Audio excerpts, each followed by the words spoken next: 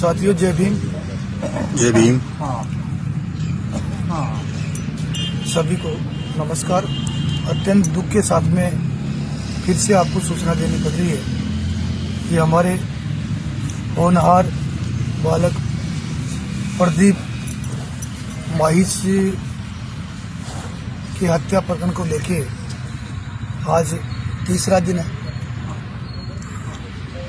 हम सब लोगों ने तय किया है कि कल सुबह 9:15 बजे से लेके और 2:15 बजे तक एक श्रद्धांजलि सभा का आयोजन यहाँ पर रखा गया है। सभी लोगों की राय के अनुसार सर्वसम्मति से हम सब लोग एक रणनीति बनाएंगे, आगे का मूवमेंट तैयार करेंगे। हमें प्रोटेक्ट करना है, किस प्रकार से इस आंदोलन को चलाना है और इस दुखियारे पीड़ित परिवार को कैसे राहत दिलानी है, कैसे इंसाफ दिलाना है, किस प्रकार से सहयोग करना है। हमारा बेटा प्रदीप तो दुनिया से नहीं आ सकता, लेकिन इस परिवार का कल्याण कैसे हो। बेहद गरीब किसान और घर की जो हालत है वो इतनी खराब है कि कोई यहाँ पर आके देखेगा पूरी स्थिति से वो अवगत हो जाएगा। इसलिए हम चाहते हैं कि सभी लोग इस श्रद्धांजलि सभा में आएं और इसके परिजनों को इंसाफ दिलाने के लिए किस प्रकार से हमें योजना बनानी चाहिए, कैसे आगे बढ़ना चाहिए, क्या करना चाहिए। पूरे देश में नीट परीक्षा के रद्द होने के बाद में 4-5 घटनाक्रम हुए हैं, जिनमें राजस्थान के अंदर ये पहला प्रकरण है, जिसमें हमारे गुढ़ागोड़ जी बाण्यानड़ा का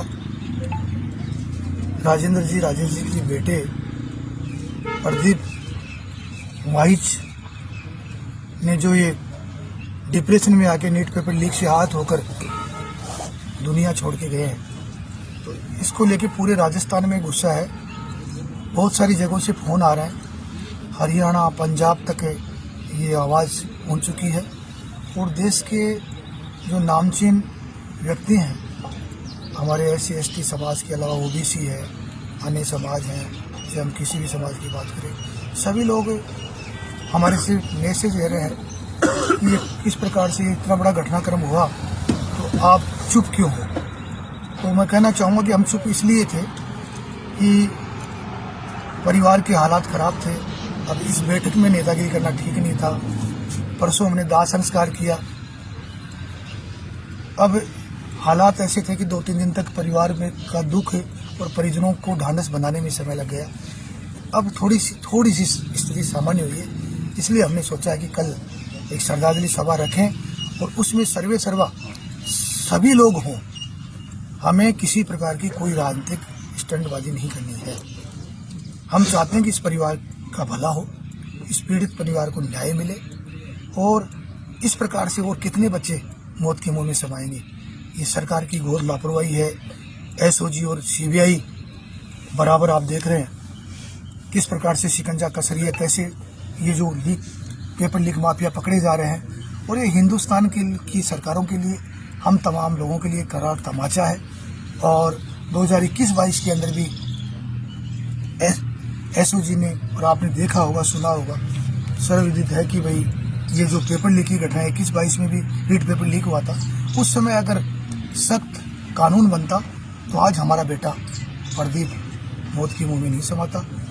और मैं पूछना चाह रहा हूँ कि सरकार हो चाहे SOG हो चाहे जितनी भी एजेंसियाँ हैं, उनके सिर्फ होता क्या है, कांग्रेस और BJP कोई भी पार्टी हो, मैं किसी पार्टी की आलोचना नहीं कर रहा, थोड़े से दिन मुद्दा चलता है, मूवमेंट होता है, लोग सड़कों पे आते हैं। इस पेपर लीक की जो घटनाएं हैं, वो सच्चाई ये है कि सड़क से लेकर सदन तक खूब गूंजी है, लेकिन जब तक घटनाक्रम होता है महीने 2 महीने याद रखता है। हमारी भी आदत है, हम भूलकर हैं, हम प्रदीप की मौत को भी भूल जाएंगे। बात प्रदीप की नहीं, पता नहीं कितने प्रदीप और मौत की मुंह में समा जाएंगे। इसलिए मेरा सभी से कहना कि ये सब लंबी चर्चा नहीं करेंगे। अंत में मेरा यही कहना है कि सर्व समाज के लोगों से, जाति धर्मों के लोगों से, सभी पार्टियों के लोगों से, सभी संगठनों के लोगों से इतने सारे संगठन बने अपने SC/ST समाज के, OBC समाज के, सर्व समाज के, वो किस लिए बने हैं? अगर ऐसी घड़ी के अंदर तुम मदद नहीं करोगे, हिंदुस्तान देख रहा है, पूरे राजस्थान में गुस्सा है, आप लोग नहीं आओगे तो कौन आओगे? मेरी बात कड़ी लग सकती है आपको, लेकिन मैं कहना चाहता हूँ जितने भी संगठन है, रजिस्ट्रेशन करवा रखा है, ये इन्हीं कामों के लिए है। और इससे बुरा दिन प्रदीप के परिजनों को न्याय दिलाने से बड़ा कोई धर्म नहीं होगा और इससे बड़ा कोई काम नहीं होगा। इसलिए मैं सभी से कहना चाहता हूँ कि सभी लोग कल आए, और कल किसी को समय नहीं है तो कोई बात नहीं, आप हमारे इस परिवार की सुध ले और लगातार इसी संपर्क में रहें और इसको तन से, मन से, धन से सहयोग करें। आपके 1100, 2100, 5100 रुपये इस परिवार को संभल देगा और इस इनका उजड़ा हुआ ये घर फिर से बस जाएगा। जय भीम, जय हिंद, जय भारत।